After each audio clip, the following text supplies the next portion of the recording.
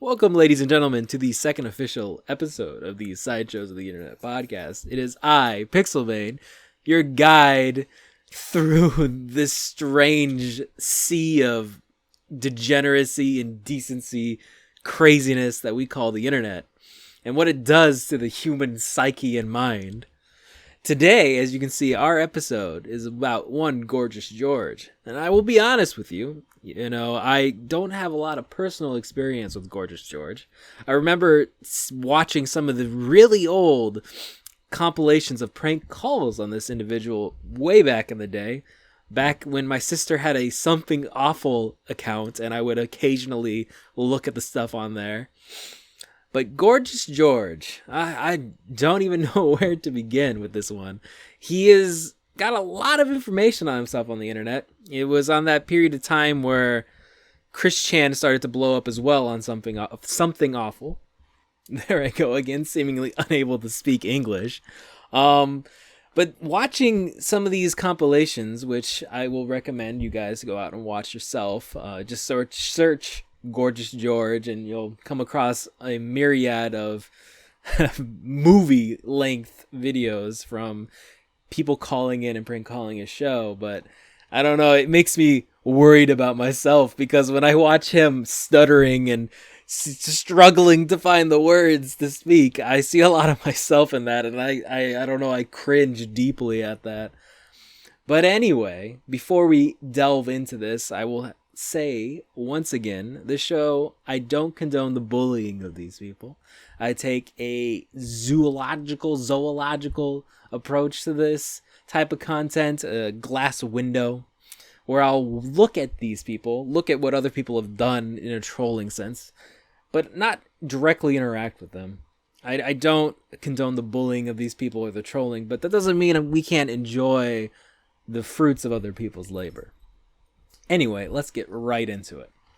Gorgeous George, or George Yared, as he was born, ran, I don't think he still runs his public access television show, but he did run one for over 20 years. And that's where most of this content comes from. People found his rather mundane, milquetoast public access television show and just began to call in and prank call it.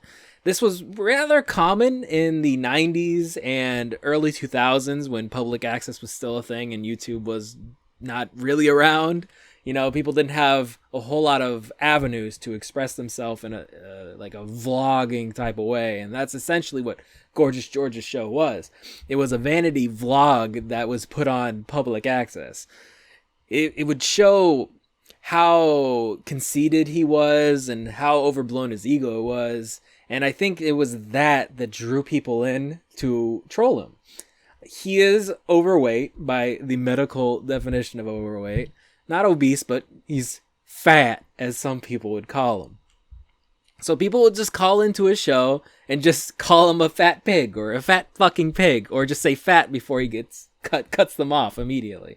And that is rather juvenile, and as the trolls of the early 2000s were, that's how they were. They were just juvenile things, but they were effective. Just calling someone fat over and over and over again, even if they weren't fat, would eventually get to them. And it definitely got to George. It would set him off on these tirades. But my personal favorite of the recurring pranks was not calling him a homosexual or gay or fat or any of these things, but it was just the dude that would call in with the flushing toilet.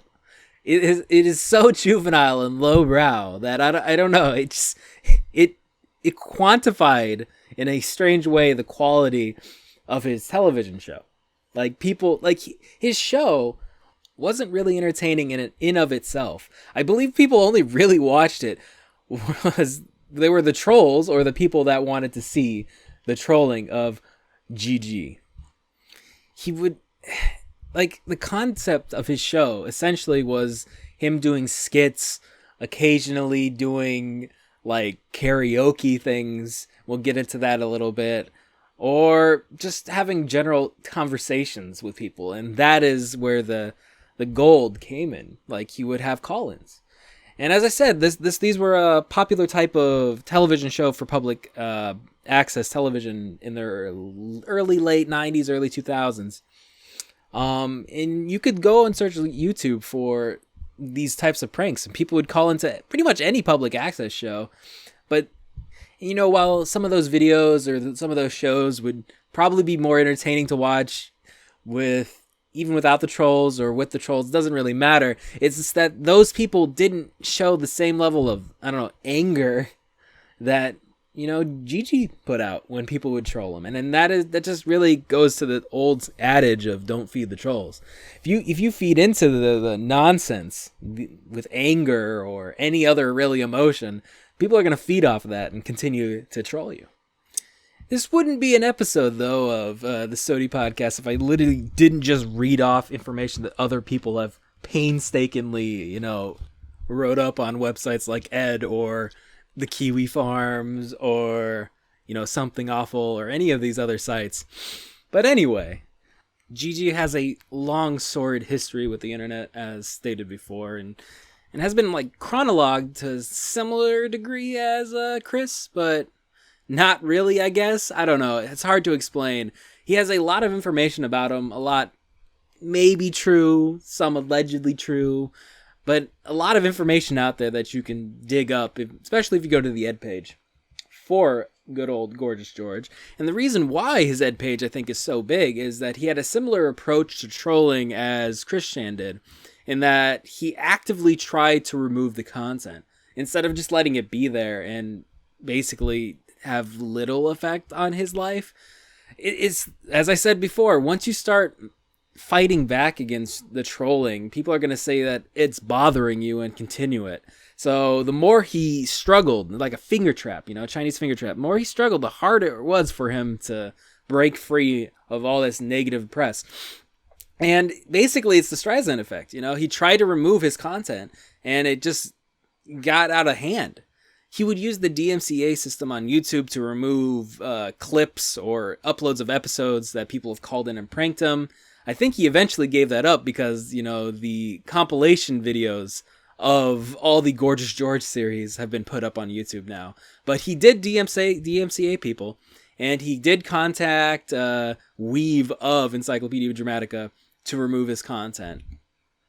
And I'm sure he probably did something similar to Something Awful. But I'm not entirely sure on that. But he actively tried to remove any negative press he had on himself, and that just backfired dramatically. Because he himself, I'm going to be honest, because I can say this because, I'm not that interesting myself, but he wasn't a very interesting person. And without this negative press, no one would really pay attention to him to begin with, and I think he realized that. And maybe that's why he continued to push back. This was the only way he could get attention. And I can sympathize with that to some degree, because as I said, I don't think I'll ever gain any type of following or the stuff that I make, either artistically or whatnot. I don't think I'll ever get attention because I know it's so mediocre and bland that no one would possibly care. But going so far out of your way to feed these trolls to get this negative press, this black press on yourself, I don't think this is the right way to go, and it couldn't possibly been his plan to get this black press on him. He can't possibly be happy with being known as this fat dude that has a terrible public access show that no one watched, that was really boring, where he went on and on these tirades of how he was God's gift to mankind and how many women he's banged and how great he was. But I don't know, thinking about it now with a mindset of the current year, which is 2019, and our current sociological and meme spheres going on here. He was pretty much like an Uber Chad in some way. He didn't give a fuck. He was so proud of himself. He didn't give a fuck about people. He would do whatever the fuck he wanted. Yeah, sure, he's fat, but he didn't give a fuck about that. I don't know. Was Gorgeous George a Chad? I don't know. I could imagine a shitty Virgin versus Chad meme with Gorgeous George on the Chad side, and it's saying like actively call people homosexuals while allegedly here sucking a dick through a glory hole in a restaurant, I think, or a bar's bathroom. You know, that seems like a Chad thing to do. The ultimate like fucking irony of it all. I love it. But I mean, there's just so much here. It's tough to go into. Like, as I said, I am not a expert on Gorgeous George. I certainly know a lot less of Gigi than I did of Eulilia or Chris Chan. But I do know more about him than I did of those first 2 episodes, those first unofficial episodes of this podcast. Like, I had no idea who MC Too Tall was, or, God, the sperm cube. I never want to see that shit again. Ever again. Like, I'm getting stuff in my throat just thinking about doing that video. Like, dry heaving almost. I don't know why, but it gets to me. Like, I have a pretty strong stomach, but that sperm cube just fucks me up. I don't know why. But I guess I can cover some of the major things with Gorgeous George for you. Like, this is just like the layman's guide to Gorgeous George. Just essentially to know that he had a public access show. He constantly tripped over his own words. I know it's like the pot calling the kettle black with this, especially as I struggle to say the idiom here. Jeez. But that's basically the overview. You know, he had a public access show, people called in, he got angry, and then the Streisand effect just spun out of control. But, you know, this wouldn't be a good SOTI podcast if I didn't at least go into some detail on the epochs or important moments of Gorgeous George's life. And I kind of covered one of them already. This is alleged. I can't find any actual proof that this happened, so this could very well be fake news for you all. But he allegedly sucked someone's dick at a gay bar called Fieldins? What the fuck? Fieldins? I don't know. English is hard. I can relate to Georgie on that. But the other important thing, like if you only take 2 things away from this podcast on Gorgeous George, the first being that he got trolled the hell out of him, fucking is a public access show. The other is his undying love for a stripper he met in Las Vegas that went by the name of Sue. He would constantly, throughout the years, bereave the loss of Sue. But Sue didn't die, no. She stole the wedding ring, or engagement ring, I can't remember which, from good old Gigi, and allegedly, again, sold it for meth. So that would also be a point of contention that people would call in and prank about. But as I said, he would, over the years, bereave the loss of Sue by doing, I don't know, I don't like using this word too much, but cringy, karaoke, and other, I don't know, just tributes to Sue to try to get her back, I guess. I don't know the whole story, if they ever got back together or not. As I said, I am not a grand historian of Gorgeous George, but if you are, you can always email me at pixelbanebusiness@gmail.com, and maybe I can do a appended episode of this, or an additional episode with the information that you've provided. That goes for pretty much anything I cover on this show. You know, you can send me people that you would like me to cover, because, you know, there are a lot of strange people out there. There's a lot of events too. It doesn't have to be people. It could be internet events, maybe anything really related to the internet in some facet that you want me to cover. Or you can send me, I'm gonna call them like spaghetti stories, you know, personal stories of you being autistic, or other strange stories you would like me to divulge to literally 0 people listening to this. And those will be anonymous. Anything will be anonymous that you guys send me, unless otherwise stated. But yeah, that is pixelbanebusiness@gmail.com, PIXELBANE business@gmail.com. But continuing on, are delving into Gorgeous George. But let's just go some rapid fire events that I personally even haven't read through right now, straight from the chronologies of GG on Encyclopedia Dramatica. But these are some random events, I guess. We're going to do rapid fire. Some point in the early 90s, maybe early 2000s, he was thrown through a plain glass window. Allegedly, people thought at first it was related to Grandmaster Dong. I don't know if this is true. You have to take everything on Encyclopedia Dramatica with a grain of salt. But allegedly, it was by his kung fu teacher after trying to steal a trophy for brown belt. That reeks of early fake troll stories. But apparently, obviously, that was false. It was actually allegedly a bunch of bikers that threw him through a plain glass window after he called a guy gay, maybe, or just mouthing off in general to a biker. That seems like a smart thing to do. Another debacle in the era of Gorgeous George was the Denny's debacle. Apparently, he tried to hit on some girl and she was not interested in him. He's not the best looking guy, in my opinion. I can't imagine a whole lot of women would want to be with Gorgeous George. He doesn't have a very non-abrasive personality, and he doesn't look great. So that's a double negative right there, and that doesn't make a positive. So he tried to hit on this chick, probably being the egotistical person that he is, and she had none of it and told him to go away. And he had a tirade about it and started freaking out. And he got maced in the parking lot, I mean, it's not really a great story other than Gorgeous George got maced for being the creep that he is. But, that's an interesting little era. And this page has the emails that he sent to Ed to take down the article or the page.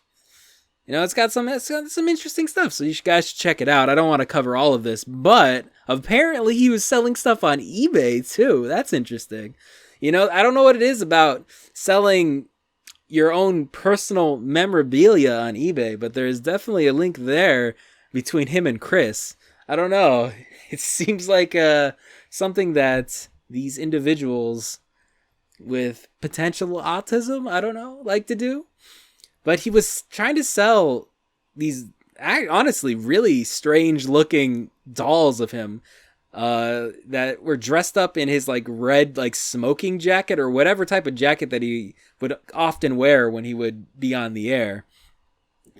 But I can't imagine what it would take for someone to be like, yeah, people want an action figure of me. He really wasn't famous. Don't take this podcast in the wrong way.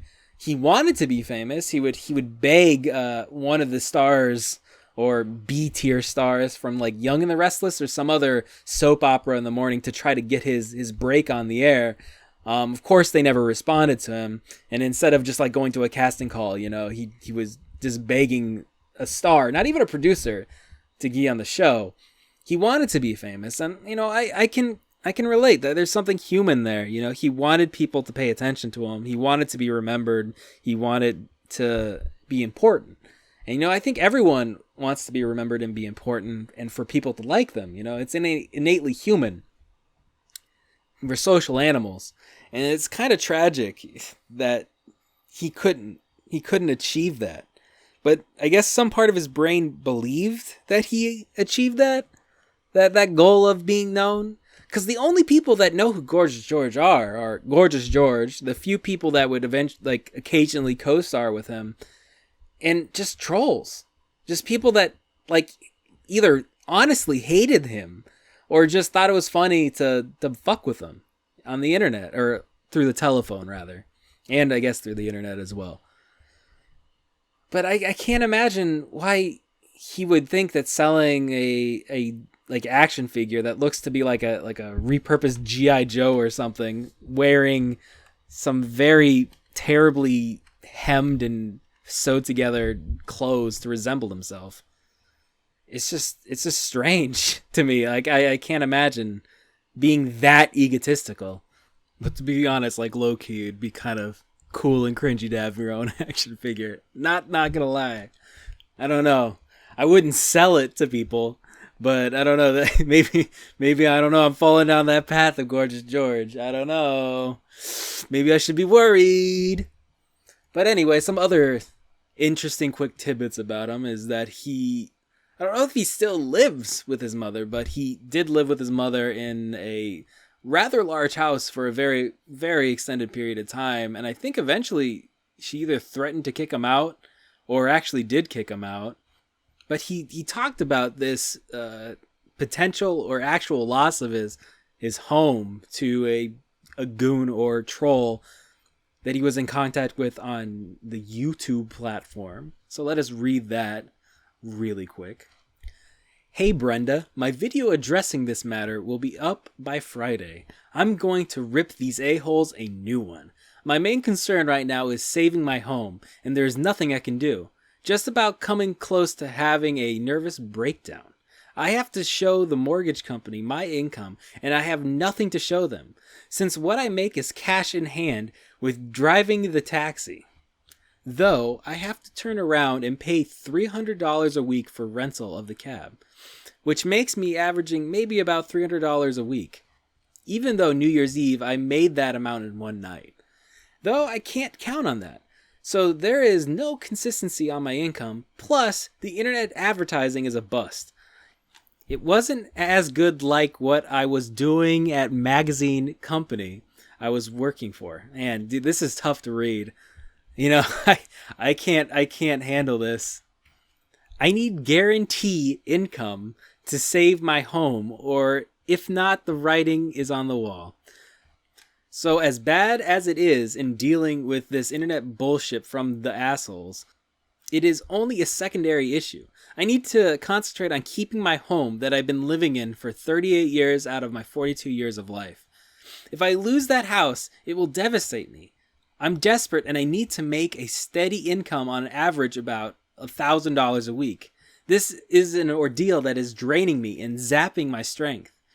What I'm thinking about is keeping my taxi job, but getting something during the day that is steady and get rid of the internet advertising gig, making the taxi job nights only. I need a windfall of dead presidents, or altogether equaling $1,000 a week to maintain my sanity. I was going to get Angela to invest in a coffee house, and she was going back and forth with me, and now the guy went up on the price. Now she and I just got off the phone with a heavy argument, throwing her nasty insults at me about living in poverty and how I can't do it without her help. Another fucking emotional roller coaster in dealing with her bullshit. So Brenda, my life is a little bit more entangled with angst than you thought. Anyway, the moral of the story, I need any help you can offer with this. GG. So essentially he was going through some really hard times, and you know, people thought that maybe that this would be the onus for him to maybe change his personality a bit, maybe change his look on life, you know, maybe humble him a bit, you know, take down that super hot sizzled ego and maybe bring it down to a level that, you know, people would find more palatable. And, you know, honestly, I think if he did something like that, maybe he would have grown in popularity in his passion, which was the public access stuff and entertainment and comedy. I don't know. But of course, you know, it didn't change his personality. He, even at the end of that little email exchange or message exchange on YouTube, rather, you know, he's asking for help. And that's a common theme. I mean, it's not bad to ask for help from people, you know. You know, people rely on each other. As I said, we're social animals. But he doesn't know this Brenda, like, personally. It was a goon. It was a troll. Like, he didn't know them. But he was asking them for help. And help isn't just, like, lending a shoulder to cry on. He's asking for money. And that is a common thing with a lot of these lolcows and other internet people, is that they constantly ask strangers for money.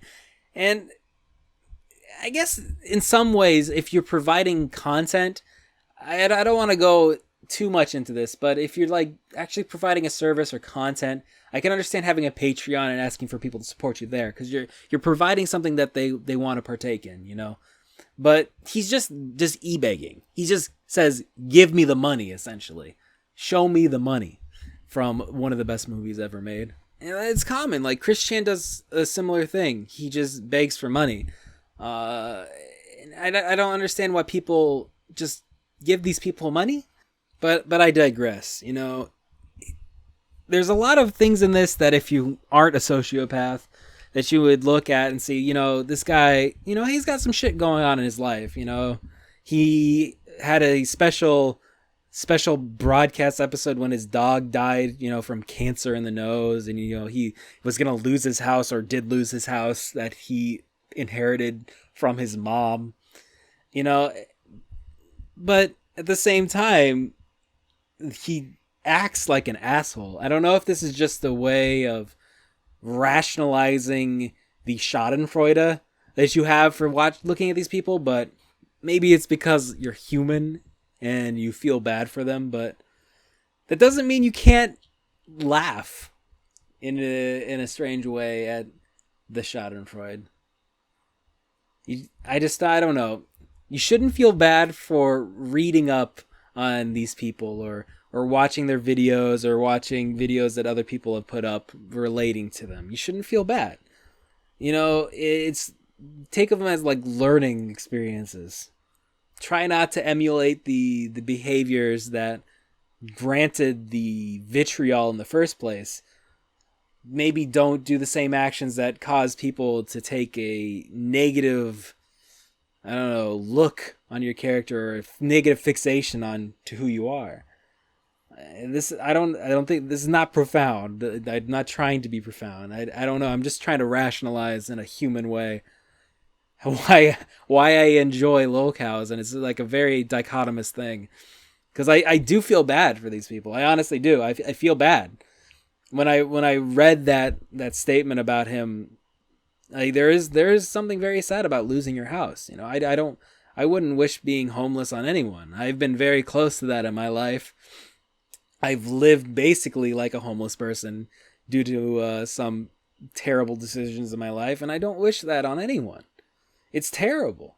But at the same time, I like watching the videos where people call into the Gorgeous George show with literal toilet flushing noises, calling him fat or calling him gay, and watching his reaction. There's a dichotomy there, and I don't know how to rationalize how I feel about that. And maybe it's just like humans are just scumbags to begin with. I don't know. Maybe that'll be a theme of this podcast, of me trying to rationalize my enjoyment for this. But like, the poor doggo, man. Like, I don't understand why people have to write an article about him bitching about him losing his dog. You know, doggos are good. Doggos are like the perfect thing on this planet. All they do is they want to just impress and make you happy. That is what they are. They're literal pedomorphs of wolves. They're mentally retarded wolves that have like bonded to you as like their mother or father, and they just want to make you happy. So doggos don't deserve to be anywhere near lolcow articles.